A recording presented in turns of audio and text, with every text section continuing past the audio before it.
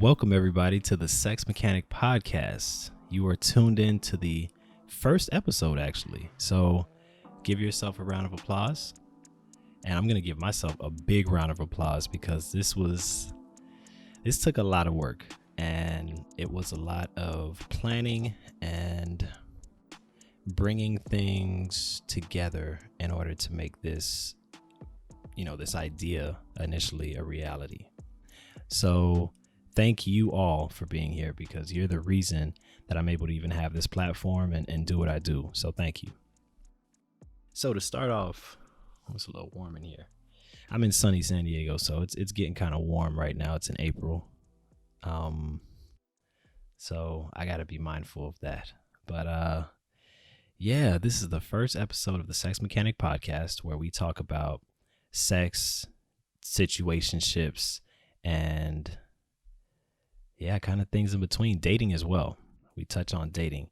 And the main point of this podcast, at least for now, is a way for me to talk about some of the experiences I've had around those topics and bring to the forefront how I've played a part and how things have turned out, and also where I am right now in my life, why I feel the way I feel about certain things. And it's kind of an accountability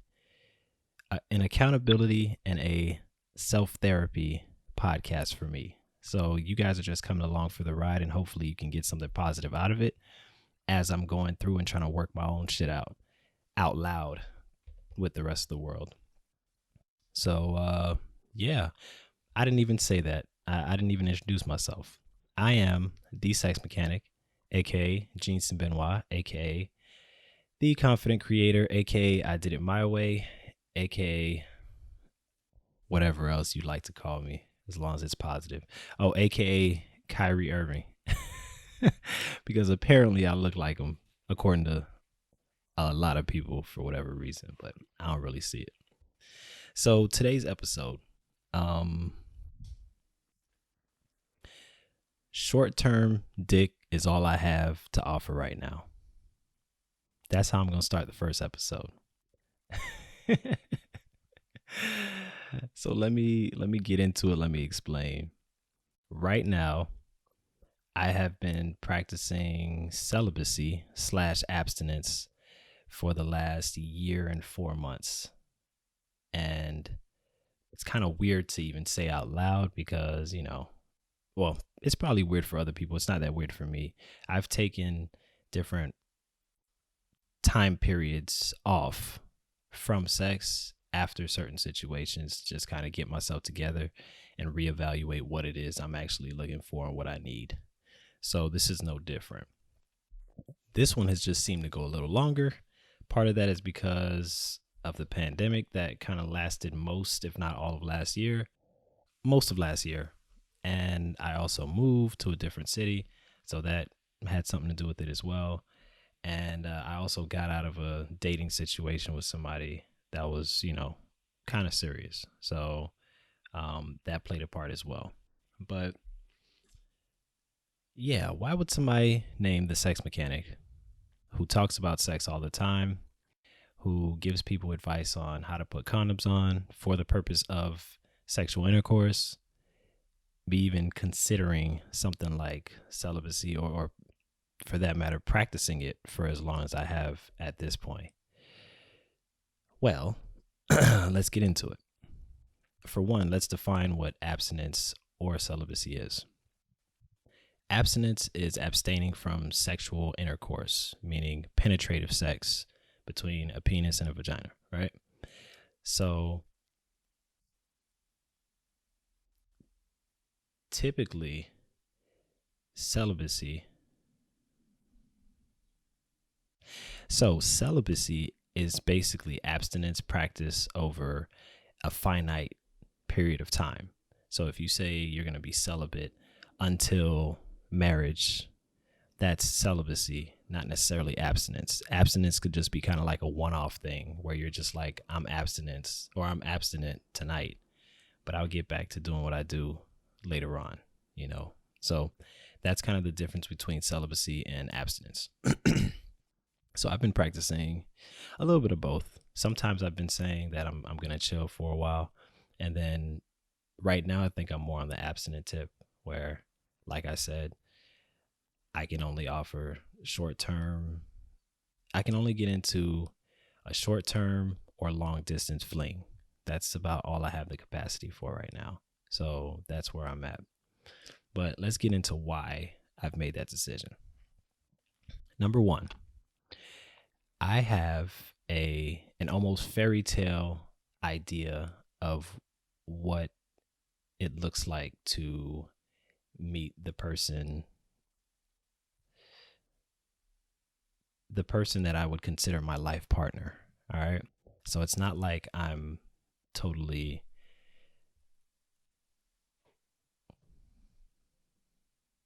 dismissing finding a life partner. I think that life partner is out there for me, and I'm looking forward to meeting her when I'm ready and when the time is right.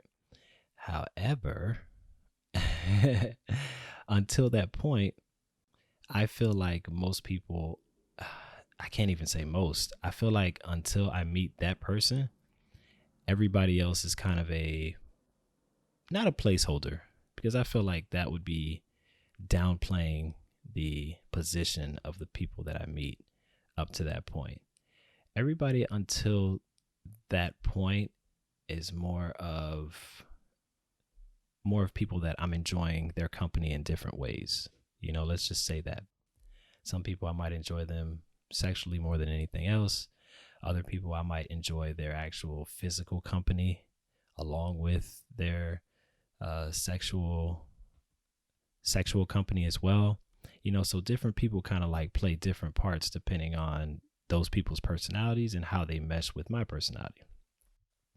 So knowing that, and not only that, that whole fairy tale thing to me looks like, okay, when I'm ready and I meet up with that life partner, I'll know it almost immediately. I mean, it won't take any time. At least that's how it looks in my mind. I could be wrong as hell, but that's what it seems like it's going to be for me. And so having that feeling and having that idea of what that looks like, I know that if I don't feel that, that's not the person. As much as I may like a person, or I may enjoy the characteristics that they offer, I know that that person is not the life partner because I don't have that feeling. And I can be kind of stubborn about things like this. So I'm sticking to it. That feeling is something that is very important to me. And if I don't feel it, I'm not going to move forward. And let me give you an example, right? The last young lady I was dating back in 2019, everything logically said that she and I should get into a, committed relationship and see where it goes. She was smart. She was funny. She was witty. She was within the industry I was in, aviation, for those of you who don't know that I'm an aircraft technician. And she was really cool, and I enjoyed her company, which I cannot say about a lot of women. A lot of women, after a few times, maybe a couple times of hanging out, I'm kind of over it. Like the personalities just don't mesh where I enjoy their company that much. Oh, she was into also this same, woman was into, Marvel and DC movies and video games. I'm not even that big on video games, but she was into video games probably more than I was. But either way, like, she was really cool and she had a lot to offer. However, when it came time to decide if we were going to move into a committed situation, even if it was going to be a little bit more flexible than most committed situations, I couldn't pull the trigger on that. I could not do it, only because I felt like that feeling that I know is there for for my life partner, or the feeling that I know I'll get when I meet the life partner, it wasn't there. And so even if we succeeded for a bit, I felt like at the end, I wouldn't be able to give her everything she needed in terms of, what she was looking for in a serious relationship, because I feel like I wouldn't be fully in it as much as I liked her. And I've liked her as much or more than anybody I've liked in a long time. So, yeah, that's how that turned out. But when I made that decision that I couldn't move forward, obviously she was devastated. And whenever that kind of thing happens, where, I decide that I'm not going to be able to move forward with somebody and I let them know, and it affects them that way, that's probably happened a few times at least that I know of, where visibly they let me know that, this really affected them. And when that's happened, every time it's been harder and harder to deal with. And this last time, it just was, it did a number on me. Like the amount of guilt and the weight of the guilt that I held on to all the way until last year, probably around July or August, when I actually let that go. And I forgave myself for how I made her feel, even though it was just me being, honest in the fact that I just didn't want to move forward and possibly hurt her in the future. But seeing somebody and seeing somebody you care about and how that affects them, it's tough. And I think right now the biggest thing is I just don't have. That's why I say I only have a capacity for a long distance or a short term fling, because I don't have any more space or capacity to possibly hurt somebody else and then have to deal with how that feels to hurt somebody else. Because I don't want to say I'm excuse me. I don't want to say I'm empathic, because that word gets thrown around kind of loosely these days, but I do feel a lot of what other people feel. I'm very conscious, and it's something that has allowed me to help people around, around the topic of sex and sexology, helping people out and giving them suggestions and advice, because I'm able to put myself in almost anybody else's shoes.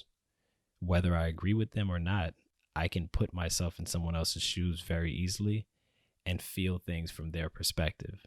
And so when things affect people in a certain way, and it's somebody I care about as well, it becomes a burden for me also. So in order to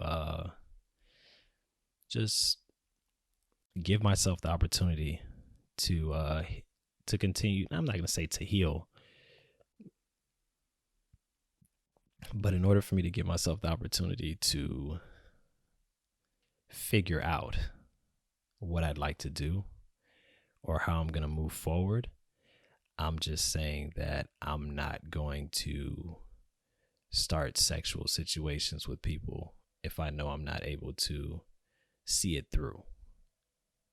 Okay? So, reason number one why I've chosen celibacy and abstinence is because I have a fairy tale idea of love and meeting your life partner. All right, that's reason number one. So the second reason is, I'm going to be honest with y'all. I tend to have a very hot and cold personality. And let me explain, right? Let me not say personality. I have a hot and cold disposition. So I can be really enthusiastic and excited about something or about a person even. And then without provocation, without any reason from that person, I can literally become indifferent. So not necessarily cold, but I'll say hot and lukewarm. I become indifferent. It's not like I don't care about the person anymore or anything like that. It's more like I'm no longer excited about the situation. And I won't say bored because I know a lot of people use that as well. Oh, I get bored of people easily. It's not, no, it's not me getting bored, because what brings me in is not the fact that something is exciting so much. It's I'm a very practical person. And so if something has a practical place or a practical use for me, that's usually what brings me in to begin with. And the excitement or enthusiasm is just kind of like, that adds on. So obviously, sex is exciting.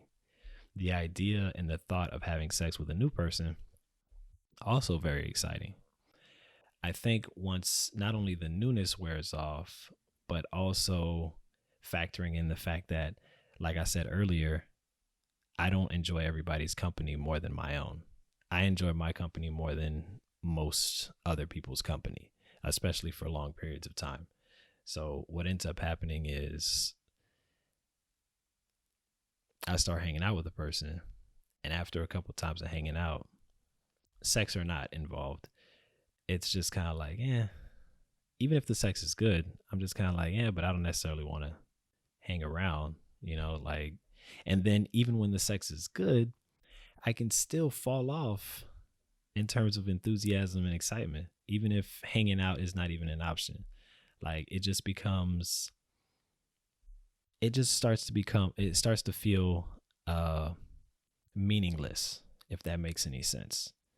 Like within that situation, I long for more. At the same time, I know that that person is not the one to give me more. That's kind of what it comes down to. But I don't put that on anybody else. I put that on me. Like that's me having a hot or lukewarm disposition. So once I go to lukewarm, there's no going back to hot, because I've basically just, I feel like the situation plays itself out, or it's it's reached it's served its purpose to some degree, and it's played its time out. So, like everything has a season, and everything kind of has a time period. I feel like the relationship also just runs its course. But the problem is that comes even when everything is going great, even when the sex is on point, even when there's no, disagreement about anything. Like once I just go to lukewarm, I go to lukewarm. And I'll give you a perfect example of this as well.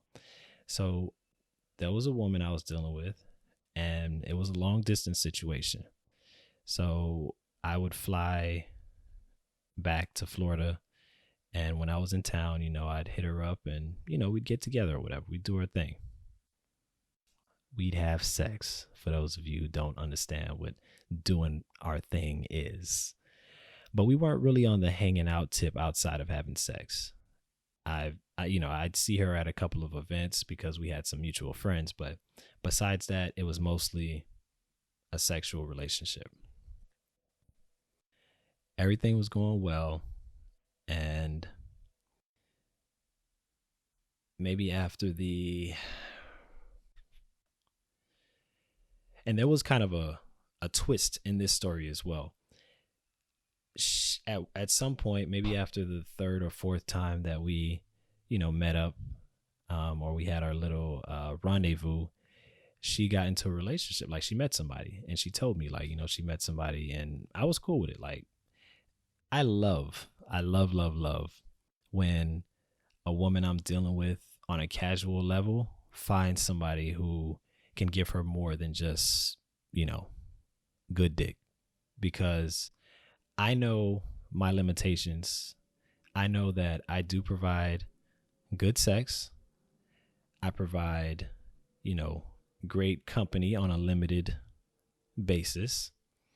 I'm also very caring, and I'll listen to you. I'll give you advice, hear your advice. Like we can speak as friends, like almost like a friends with extra benefits. I don't like to use friends with benefits because I feel like that kind of minimizes everything you get out of a friendship with somebody. And it says that the only benefit is a sexual benefit. So I say friends with extra benefits because there are benefits that come along with being somebody's friend even without the sex. So I'm really good at, being a friends with extra benefits type of partner. So when women find, something more that, closely related to what they're looking for, I'm all for it. Like, I love it. So she told me she met somebody and she's in a relationship. I was cool with it. Obviously, I stopped. I didn't stop complete contact. I would still contact her and just check on her, make sure she was good. But I definitely scaled back on the contact. And also, once that happens, it's hard for me to go back. At that point, once the person has moved on, I say, all right, well, this person moved on, so I'm moving on as well, even though I think I was already starting to get to my lukewarm state. So that just kind of helped me, let go of the whole situation very easily without even having to have a conversation about it, which is always my preference if I can. And that's kind of been my luck, that typically the situations just kind of, I'm not going to say die out, but things happen. Somebody moves or, or relocates or something like that. Usually it's a relocation, or it was already a long distance thing. So it just kind of goes its separate ways naturally, as opposed to us having to have a conversation. So this was no different. She got with somebody. I was cool with it. I had pretty much moved on in terms of that situation. And then out of nowhere, let's say a couple months later, she hits me back up like, hey, what's up? But like, hey, like, where are you? What's up? And it kind of took me by surprise because, I didn't have any other context. From what I understood, she was already in a relationship. So I didn't get what this interaction was about. She told me that she broke up with, she was no longer with the guy, and she wanted to see me. So, mind you, I'm already in my lukewarm state of mind, and I already moved on mentally from that situation. Even though, by the way, I didn't say this, but the sex was phenomenal. Like, we had an incredible sexual connection. It just worked. Like, it wasn't much that had to be said. Like, it was just a naturally strong sexual connection. So that part was probably what allowed it to keep going. So we kept it going a couple more encounters. But after the last encounter, it was just kind of like, yeah, I think I had already checked out. I knew that for me. I didn't tell her that. This is me talking to myself and saying, I kind of know that this is done. And so after the last time, that's what it was. Like, I told her, like, yeah, we should probably chill out on this. I don't remember what the reasoning was, but it wasn't me saying I'm lukewarm, because this is verbiage that I'm just now being able to, put into words. Before, I didn't really know how to explain that. I guess I could say I like people, and then, sometimes I just stop liking them or stop feeling them. Not like I stop being attracted. It's just, I just lose excitement. And maybe as an Aries, I need excitement. Maybe that's it. I don't know. And maybe there is a little bit of boredom, but when the sex is what it was, I can't say I was bored. I can't say I was bored. Like, I don't think boredom is a fair assessment of what was happening. So for me, I'm going to chalk it up to excitement. And maybe the enthusiasm of having a situation that I maybe think could go. I don't know. I don't know. I'm just talking right now at this point. I'm just thinking out loud. But either way, so that last time happened, and then come to find out later on, she says that, hey, I was really starting to like you, and I thought that we were moving towards possibly moving towards a relationship. Now this caught me way off guard because with her, I thought it was strictly sexual, and we had never discussed anything about getting into a relationship or anything with each other. Like, if anything, I heard a lot about situations she had been in, and we exchanged stories of things that we had gone through and been involved in, but it was never a topic for us to be together. And even in the very beginning, I told her straight up, like, which is something that I don't say anymore, but I said that I'm looking for that one person that I could spend the rest of my life with, but in the meantime, I am enjoying the company of women in different ways. All right.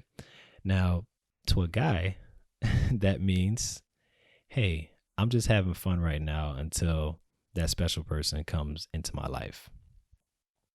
But apparently, to at least to some women, maybe a lot of them, they look at that like, oh, he hasn't met the one yet, so I can be that one, which makes total sense. But now, knowing what you know about me from the first reason that I gave you guys, in terms of me having a fairy tale, I know it right in the beginning type of outlook on meeting my life partner, maybe I'll lead with that one first, the fairy tale side, and then I'll say, yeah, but in the meantime, I'm just enjoying women's company. Maybe that's a little bit more accurate for people, and people won't look at it like, I'm waiting for them to show me that they're the one, because I'm not. Not because, you don't have what it takes. It's just I'm sticking to that idea that I need to feel it on the inside. So that's what that is.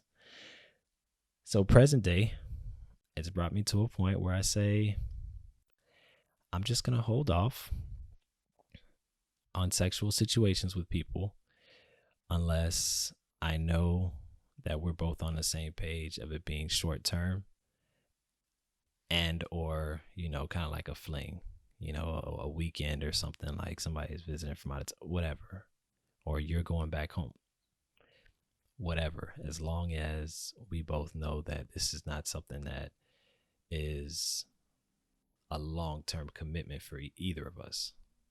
That's all I could do right now. And in all honesty, that hasn't really occurred. And so in turn, your boy's going on, a year and 4 months, like I said.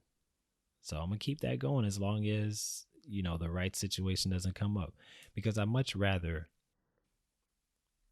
not fulfill my sexual desires versus being in situations where I'm feeling guilty for months on end and not being able to fulfill my sexual desires anyway because of guilt. Because that played a big part for the first, let's say, 8 months of me not having sex last year. Was me feeling guilty about the previous situation. So I'd much rather just be good with myself and where I'm at and what I'm telling people, and knowing that if women decide that they want to engage with me sexually, they know that we're both on the same page and they're okay with that decision. It's them making that decision because they understand what I come with. There's a reason why I'm very honest on my first dates and meetings with people. It's because I want you to know up front, like, I am a man who has a lot of different things going on in terms of me working certain things out. And I want you to know at least some of those. The ones that I'm aware of, I'm going to let you know. The ones like these that I'm just now, working out and coming to the realization of, I'll let you know now that I know, but I'm constantly figuring things out about myself, and as much as I know, I'm going to let other people know up front. So that's what it is, man. So short term or long distance dick, that's what I got for you. If you're in the market for that, then maybe we could vibe, but that's where I'm at right now. And who knows, a month from now, I could be in a place where I feel like I don't want any kind of sexual interaction, even if it's that. Maybe that won't be satisfying enough for me either. So it's a constantly evolving and changing situation. And as long as I'm being honest and upfront with people, as I am discovering or realizing what it is I want, I don't see the problem, because in reality, we don't always want the same thing all the time. So it's good to see what that is that you need, and vocalize that with people around you that you're dealing with. But yeah, that concludes the first episode of the Sex Mechanic podcast. Now, later on with other episodes, I'll have guests and we'll bring up other topics as well. But yeah, again, thank you for being here with me. I appreciate it. I am really, really grateful that all of you chose to listen to the podcast, and be on the lookout for the next one. All right. Peace. Oh, and by the way, don't forget to send me your questions or concerns through my IG DM. That's the Sex Mechanic. And yeah, send me questions, comments. And what I want to start doing is reading some of those questions or comments on the podcast at the end, and answering people's questions if I have the answers to them. Questions about sex, dating, or situationships, I'll get back to you on. And maybe we could help other people answer some questions as well. So yeah, send those in to me and I'll read them out, answer them, and we'll make that a regular segment of the podcast. All right. Talk to you all later.